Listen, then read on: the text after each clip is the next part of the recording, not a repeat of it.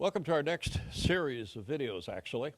We're going to turn a piece of acrylic into a box with a threaded lid. So it sounds like what we've done in wood many times, but in fact, working with acrylic, there's some special, interesting, different kinds of ways things behave. So here's some samples of things I've done, and we're going to try to do something sort of like this. And what we have here is a piece of cast acrylic, which I've already put in the chuck to get us started. If you're interested in knowing how we do that, check the references down in the footnotes and you'll see a reference to that. So I'm going to take you through all the steps.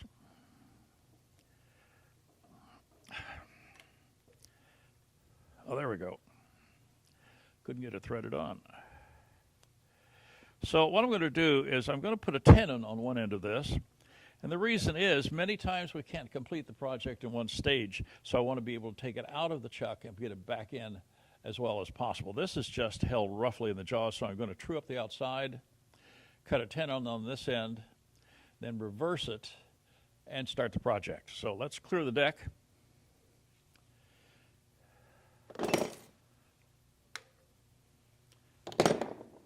And get started. I don't need the tool rest right now, but I do want the tailstock when you're dealing with something that's possibly a little bit out of round or out of balance. You want to hold it up on both ends. So what I'm going to be doing here is I'm going to be turning much more slowly than I've done in most wood. I know there's ways of turning this at high speed. There's ways of turning it at low speed. I kind of prefer turning it at the lower speed, and that's what I'm going to be doing most of the time. Well, that's about as true as we can get it in the chuck, but we can make that better by squaring this up, putting a tenon on the end. Tools I'm going to use for this, I'm going to start off with a standard bowl gouge, but the trick is going to be I'm not going to be cutting with it. I'm going to be scraping with it. Acrylic is an interesting material. When you cut it with the edge, you can get a really great cut until all of a sudden the tool digs in and you take a big chip out. So because it's so soft, it'll bite in.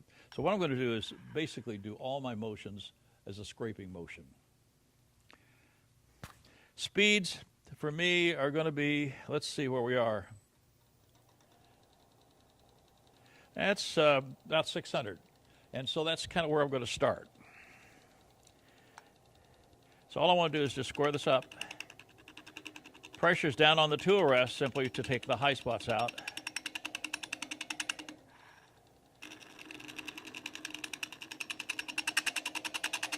As you see, we're going to have a lot of interesting shavings.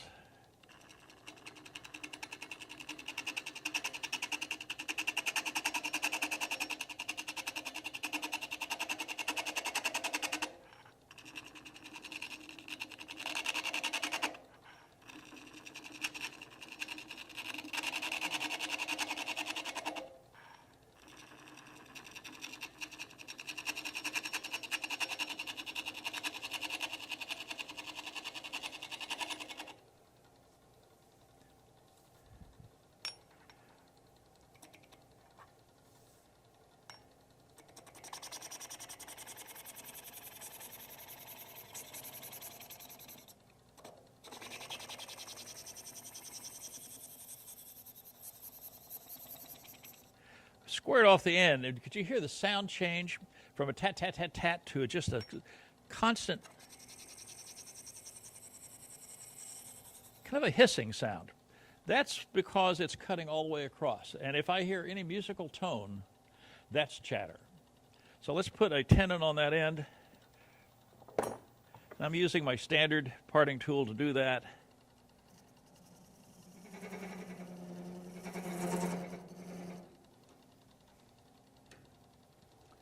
Make sure we're nice and tight here. That sound tells me we probably weren't.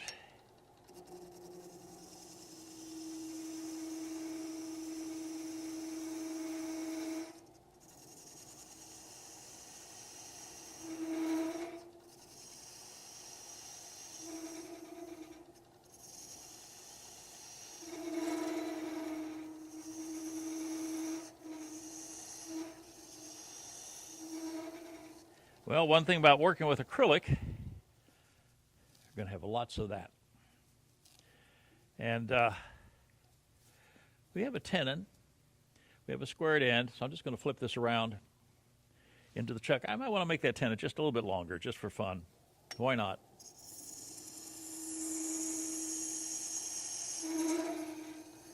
And nice and square.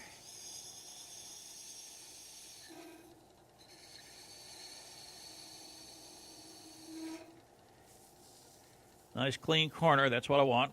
Okay, now we'll flip it around. Okay, I've turned it around, put the tenon in the chuck, brought the tailstock back up again. Still has to be retrued to this, so I'm going to square this up perfectly, square this end off perfectly, and then we'll start doing the shaping. Not bad, but it could be better. Chucks are not perfect, but they are useful, very helpful.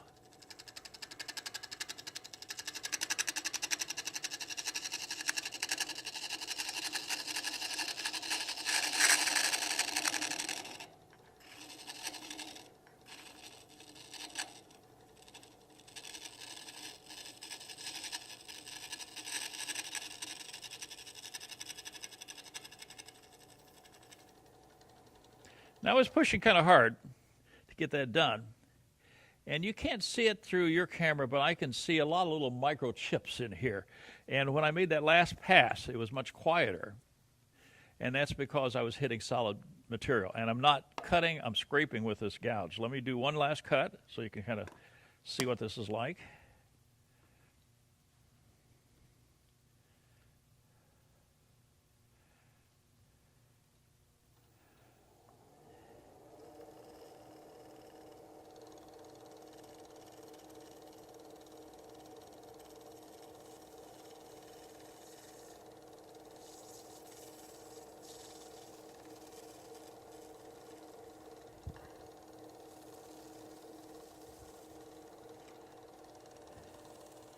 So the only sound you hear is that of the chuck or the lathe running. You shouldn't be hearing too much more sound than that. So anyway, we're kind of ready to start the project. That's getting started. And by putting it this way, I'm set. If I can't finish it all in one session, I can get it back in pretty easily. So one of my key tools I'm going to use a lot is a very small parting tool. And what I'm going to use it for right now is to kind of define the project. So I have a box. The box has to have a lid, and I need a final jam chuck at the very end, and that's what that piece is going to be. So I'm going to lay out about 2/3, 3/4, something like that. It's going to be the box. And I'm just going to take this and put a little mark on there to define it. So the box is going to go down to about here. And that's just to define where the end of that is. The lid probably will go, well, who knows? Kind of comes at times. So that'll probably be where about the lid is. I want to reach in there and pull these threads off while the thing's running, and I shouldn't do that. So box, lid, jam chuck. So let's start shaping the exterior of the box. So I do know from designing rules that if I'm going to have some curvature to this, about 2/3 from the top or bottom should be about the fattest spot. So I'm going to say about there's 2/3. So I'm going to put a little mark there just for fun.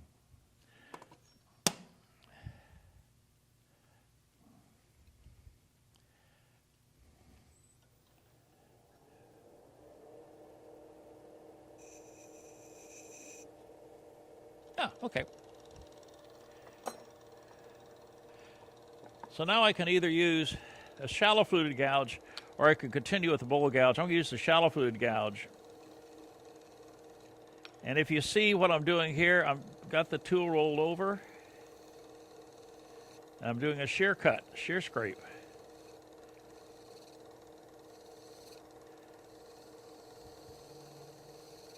As long as I don't hear that sound, I know I'm going to get a nice clean surface. That's the sound you want to not hear. That's the wood, plastic, bouncing against the tool or the tool against that. And so I'm going to make that go away. Now the cuts are going to be, I'm going to put the tool against the acrylic. And I'm going to hold it there and just wait for it to come down and cut.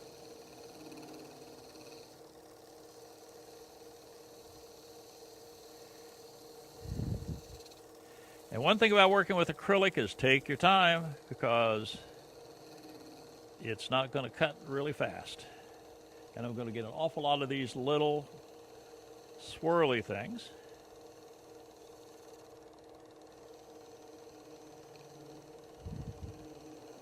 I know you can't see it. I can't see it either.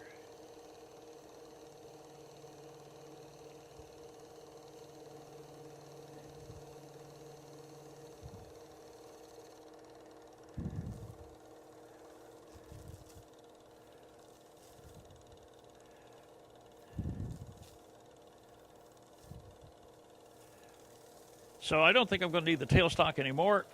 That'll make this thing easier to clear the chips from. Ooh, listen to that.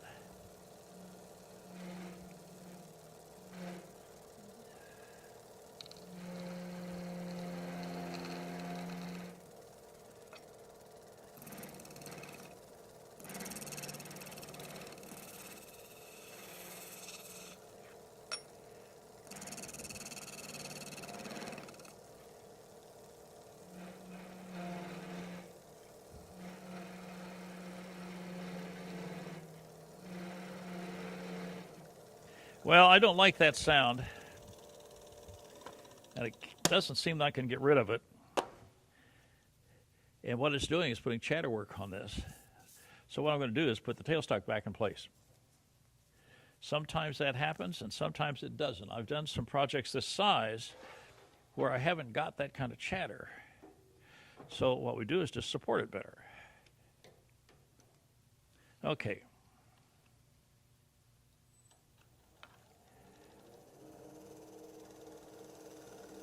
Clearly makes a difference.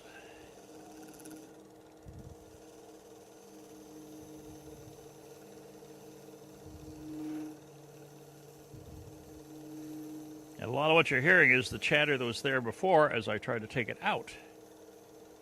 Next pass.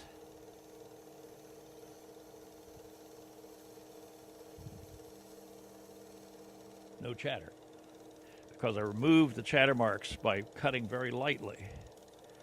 We do a lot of this. So let's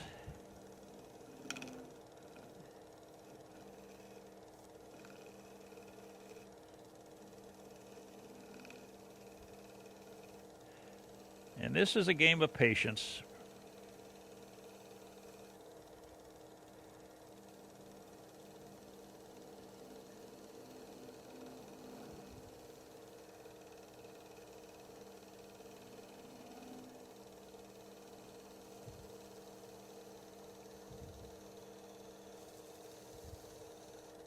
Before I came in, I did not sharpen my tools because that sharp cutting edge doesn't really matter too much in turning acrylic.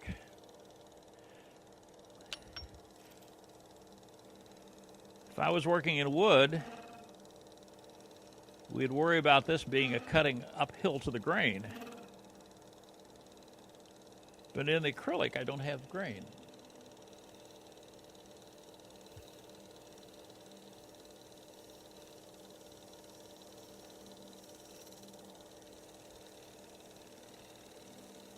So I'm just worried about shaping the top of this.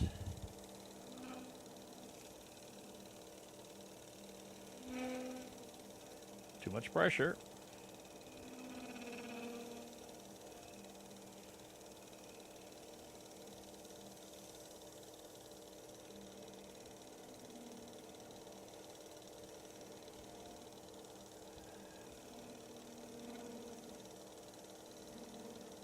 Now, I hear a little bit of noise, and what I've got to do is cut here very lightly.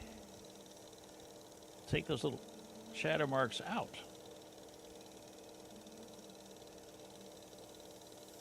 Okay, pretty much. You reach in here and pull this out. You tend to want to do it. Be cautious about not getting your fingers stuck down in here accidentally. Okay, so we got the start of the top. I want to make this a little bit smaller and then pull this in the bottom.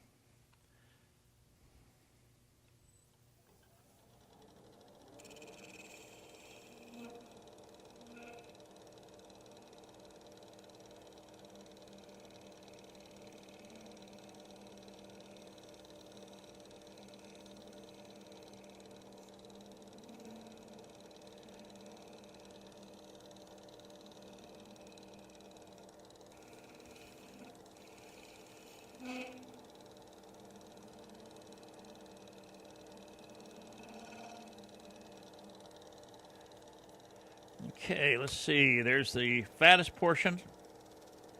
So now I have to come down to where my cut mark is. Reduce the base.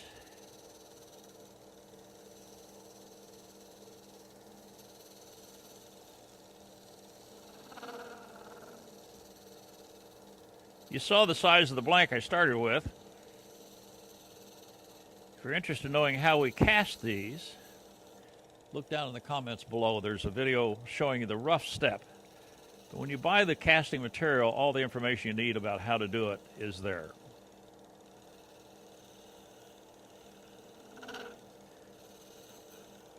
I just need to lose a lot of mass.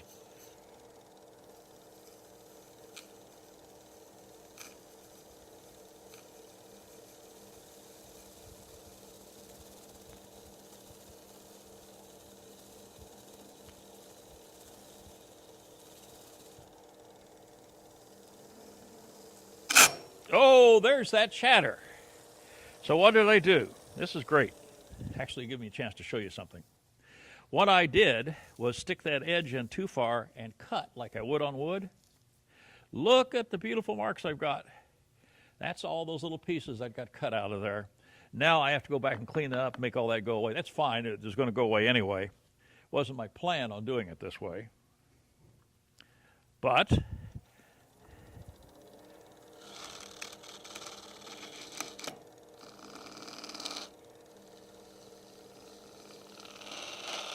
yeah, that's all that has to go away. Nature working with acrylic.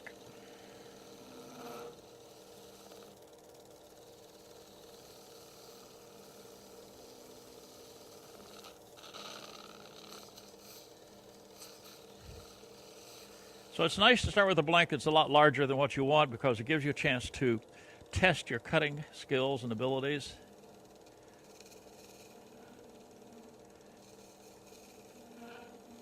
I spend most of my time looking over the back, purpose of which is to try to see the shape of developing.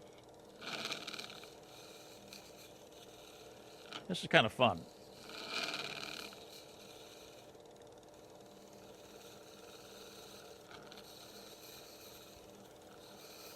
And I am cutting downhill traditionally. If this was wood, this would be downhill.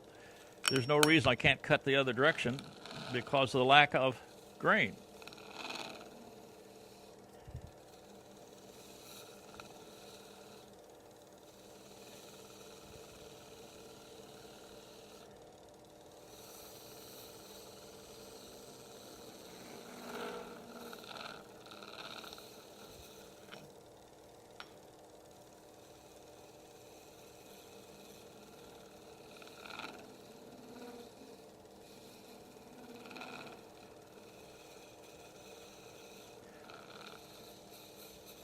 Those dig ins are pretty deep.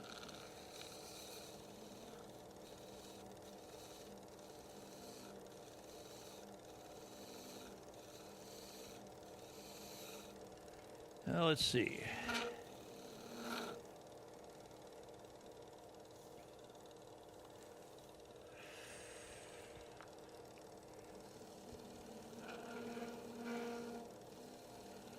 One thing about cutting slowly with acrylic, I have a lot of time to concentrate on shape because I'm taking off so much material that I'm not getting ahead of myself.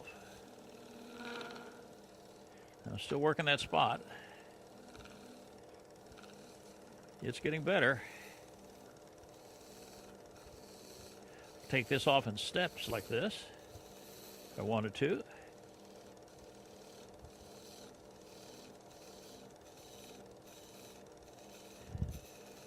suggest you don't do this in the living room.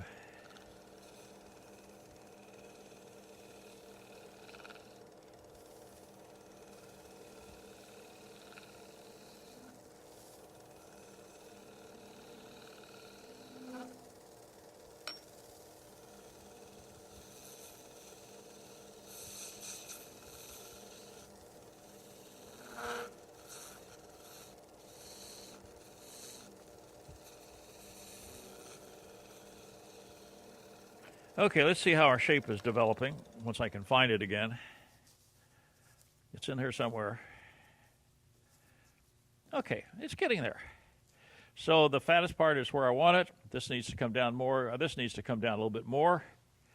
And then we're going to have to start cleaning the outside up.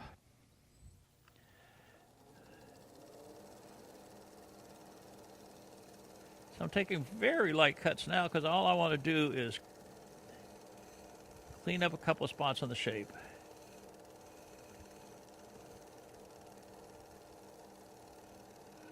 Barely touching.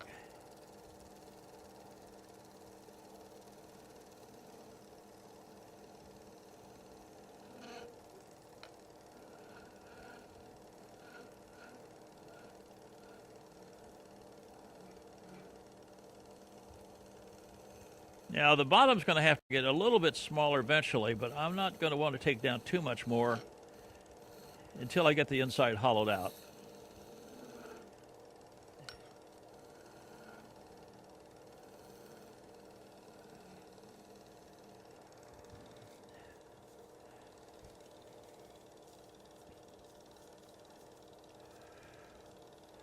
Okay, let's take this down here at the top a little bit more.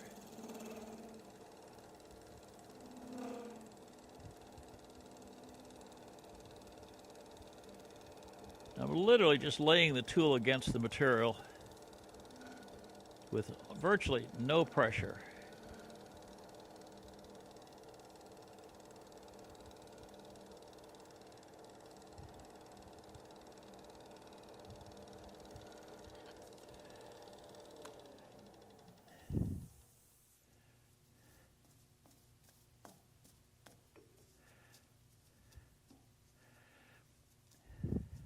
So that's kind of the rough shape. I'm trying to decide.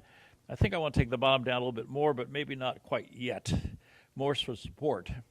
And maybe the top needs to come down just a little bit more, and then we're going to get the outside to look really nice.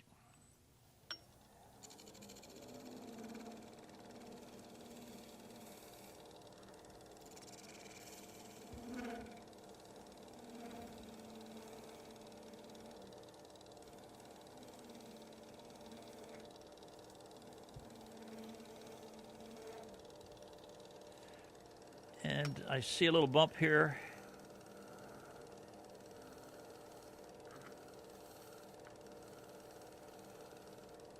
Okay. So now I'm going to go ahead and drill a hole just because I'm at that part where I can do that.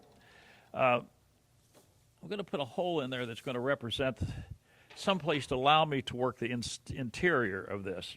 So the way I'm going to do that, standard twist drill. Take the live center out. Hole size is not too important. Size of the opening and the threading is not important. It's what works for you. And so I've just got to grab a taper point bit here. There we go. Now, if you've ever done a plastic in pins, you know that when you drill the hole, if you let it get warm, that bit can easily fuse right to the plastic, in this case acrylic, and you may never get it out. You may have to actually cut it out. So take light, shallow cuts, stop, plunge, remove, a number of times. First of all, I'm going to drop the speed some more. And I'm just going to drill a hole. Now, let's see. There's the bottom there. The piece is going to be finger length up to about here. It's a piece of garbage in there. I can use it as a guide. Now, drill's easy, but remember, if it gets hot, it can be a problem.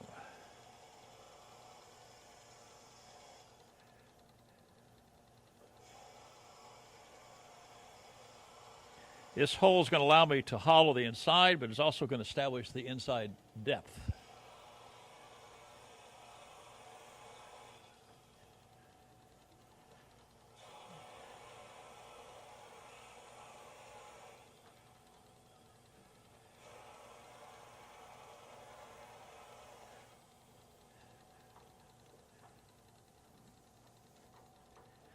Get all that cleared out.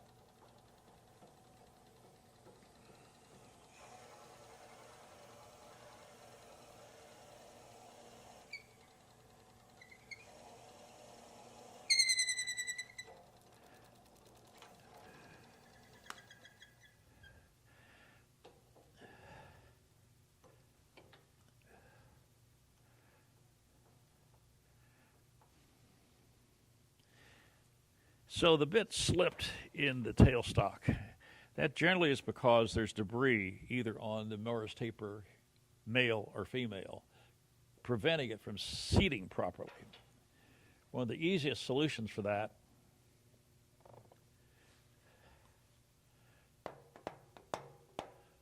tap it in. If you're doing machinist work, you would know that every time you put a drill into a taper, you tap the tip. So we are that far. We want to go that far. There's my mark.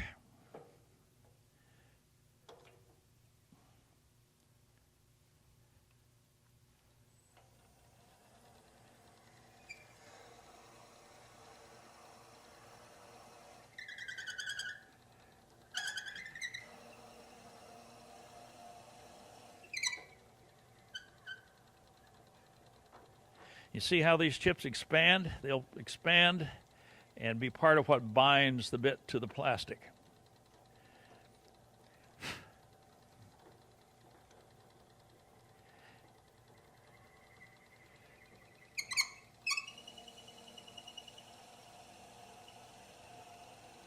That should be my depth. Look at how that fills up. Okay, let's check depth, just for the fun of it.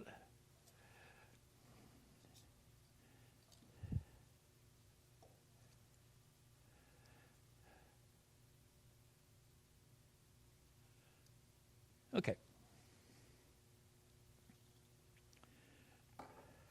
Now we have a little work here. This end has never been flattened out. Let's get this drill out of here.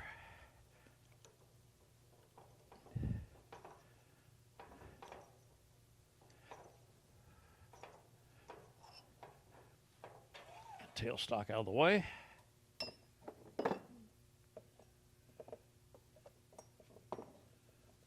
Oh, looking for this. It's difficult finding it. It was too obvious.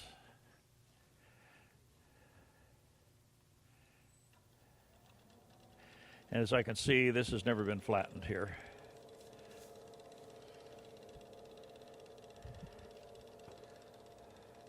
Scraping. Very light. Just getting that flat.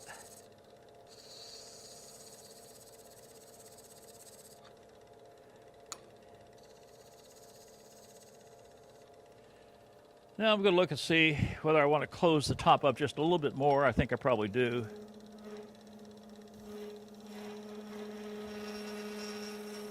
Well, this acrylic tends to want to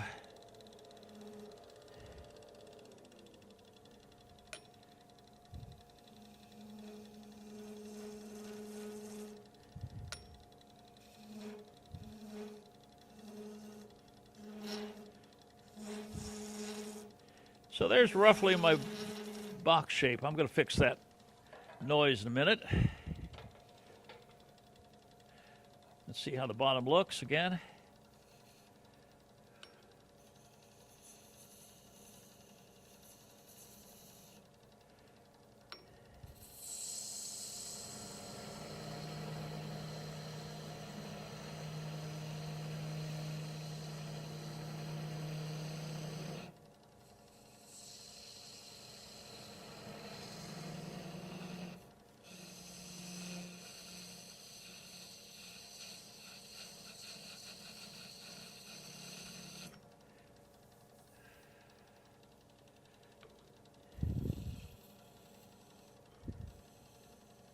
And this is the point where you perfect the outside shape. And sometimes just very light scrapes like that does it. I know this down here isn't quite right, and I'm not worried about that yet.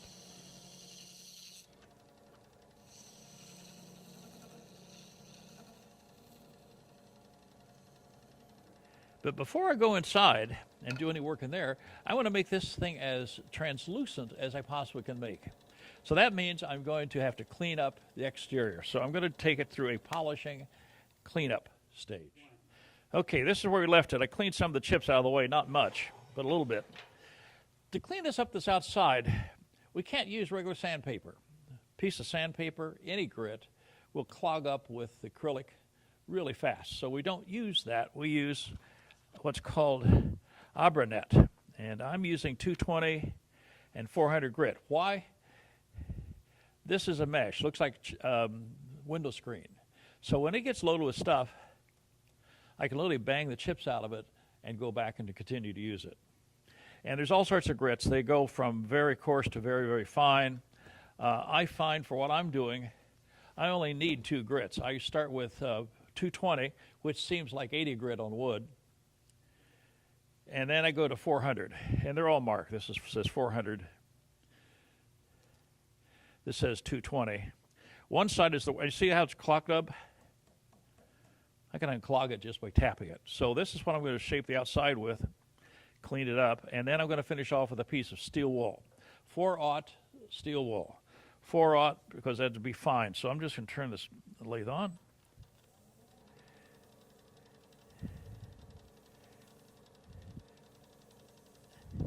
See how it's loading already? 220 will just clean that up. 180 will clean it up. 220 is fine.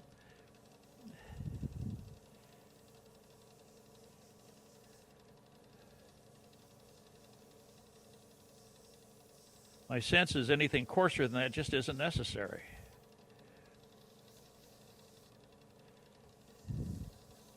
I've just done top half.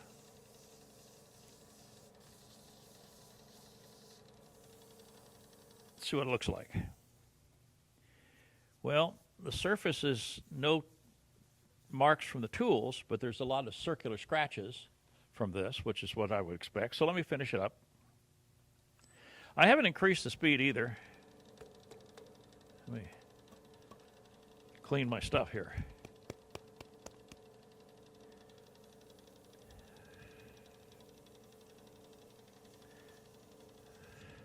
I think if I was working with wood, I probably have started with 180 grit. But my sense for this acrylic,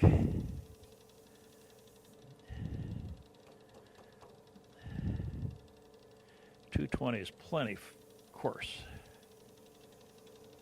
Now the reason I want the outside polished now is when I get ready to turn the inside, this material can be somewhat translucent. And I can actually watch my tool cutting inside. And that's what I want to do.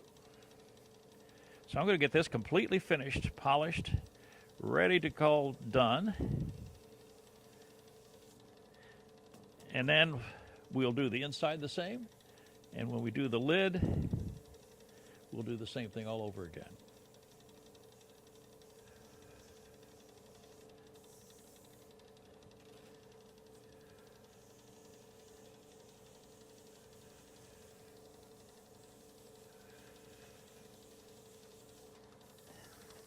See what she looks like. Well, it's very smooth. It's got all sorts of circular scratches, as we'd expect. And I've got a piece of Abranet that can be cleaned. Try a brush, see if that'll even get it off.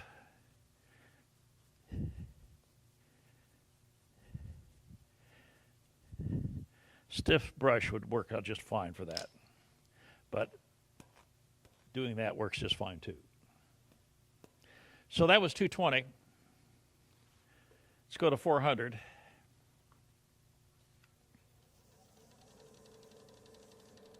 It's going to be exactly the same thing, except it's just a little finer grit. Mesh, not grit.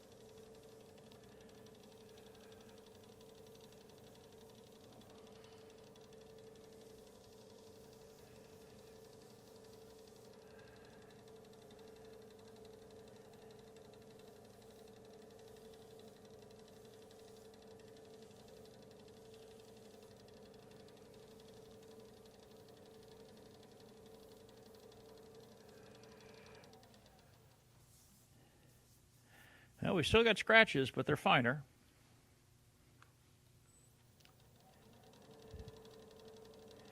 Acrylic goes up to very, very high mashes.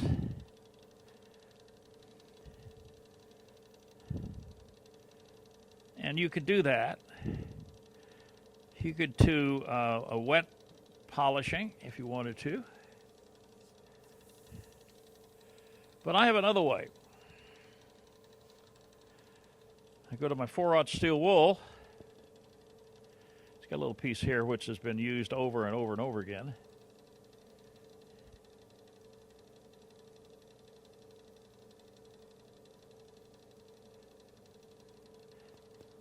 It'll load up too.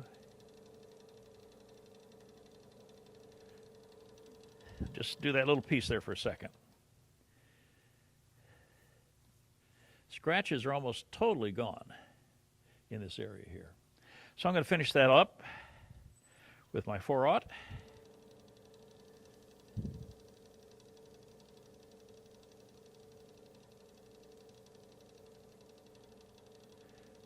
You have to keep it clean also.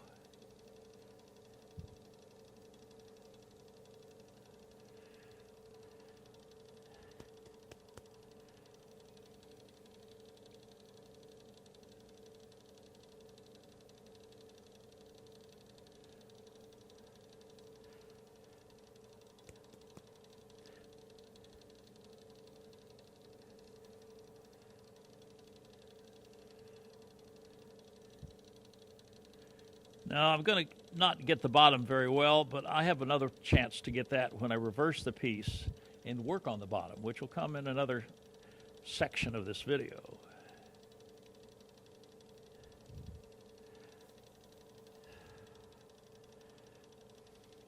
It's about time to replace this. It's not much left.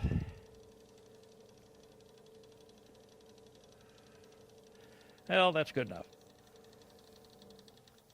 because that's not the last step. So I now can see that I have a pretty smooth surface, but I'm now going to go into polishing it. And there's all sorts of polishing materials on the market.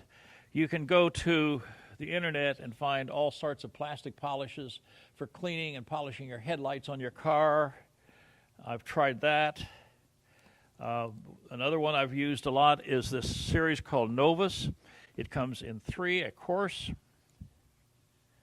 a medium, and a really fine polish. So you polish with one, polish with the next, polish with the third one. And those of us who've done plastic pens in the past really know about Hut Crystal Coat, which is another way of doing that. Let me get it out here so you can see it. The bottle's kind of beat up, but Hut Crystal Coat really works very, very well. And so that's another way of going. So now how am I going to get that polish on there? It requires me, first of all, shake this and be sure it's well mixed. And then I'm going to use my blue shop towels.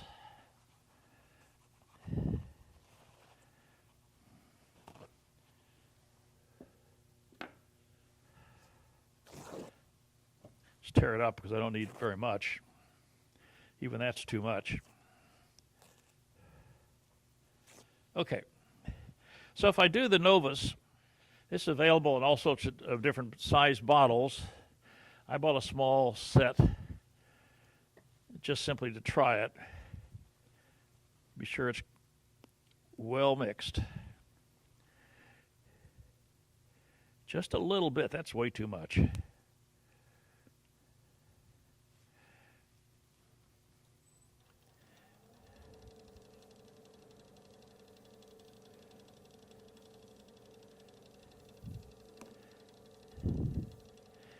What's interesting, which you can't see it yet, but I can almost see that hole on the interior already, just for doing this.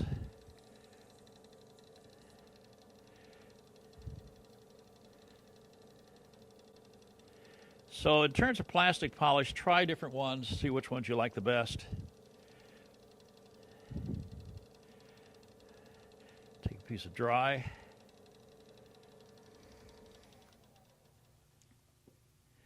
And the scratches are almost gone. This is the number 2.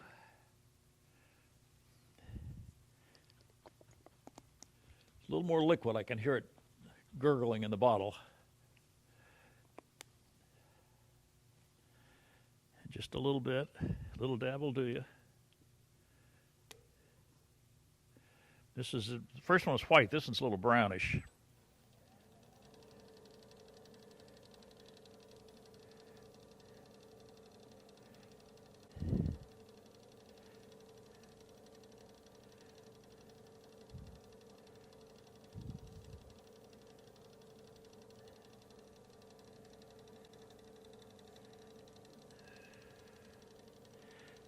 There's a little bit of sparkling material been added to this plastic when it was cast, and it all shows up now very well. Wow. Cool. So let's go on to the finest, which is the number 1. This system works, but you may find a bottle that contains only one solvent may be the ones you prefer.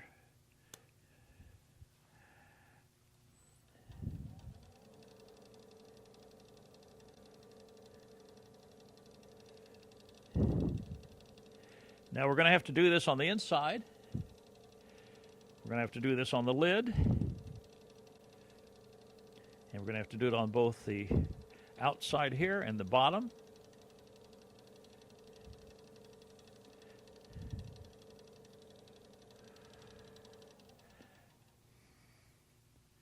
So there's the outside done.